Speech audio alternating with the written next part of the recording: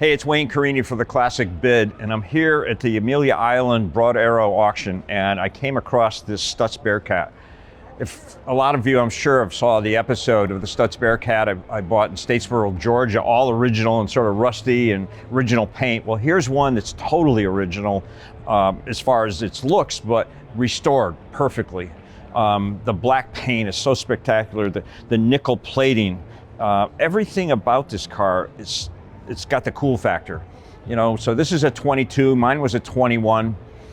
This was the sports car of the era. I mean, if you had this car, it was sort of like having a McLaren, something like that, you know, or a Hennessy, something really fast and spectacular looking.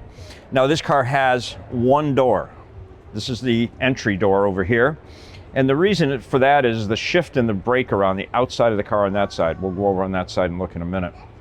You'll also notice the footwell, so your foot could drop down and use the gas pedal, which is in the middle on this car. So it's a center gas, which is kind of cool. I love those.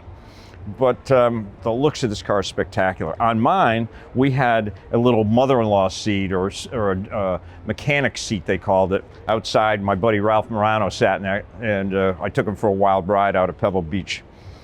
But to see this car restored, I'm lusting after it, actually. I'm thinking about bidding on it, but you know, it's always one of those things. You've been there, done that before. It's a very cool car. The spare tire in the back, gas tank is back here, and of course, little things like this.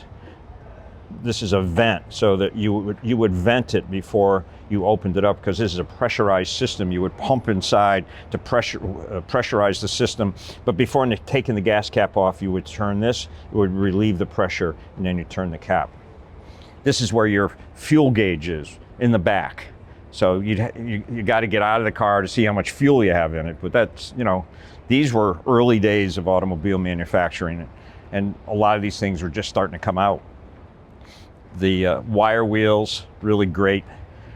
This is a little compartment here where there's a spring and it needed to be greased constantly. So you took that little door off and you were able to grease it. This is where the battery and the tools would live, inside that compartment. And of course you've got your H gearbox over here. So this is a car that you'd shift over here. It's a 3-speed gearbox, and then of course the outside. So your reverse is back here, first, second, and then third. And then pull the gear back. Now this locks up just the back tires. There are no brakes in the front wheel. So you've got just back brakes, and you can see the big drums in the back. So, but what a car. We've got the controls up here. So you've got your advance and retard for your spark, your gas. So that way there you could rev the engine up a little bit, and then of course retard and advance a spark. In the center, so up on the top over there is your starter button. This was an electric start. Also, you could crank it, but down over here, that little plunger there is to open the exhaust up.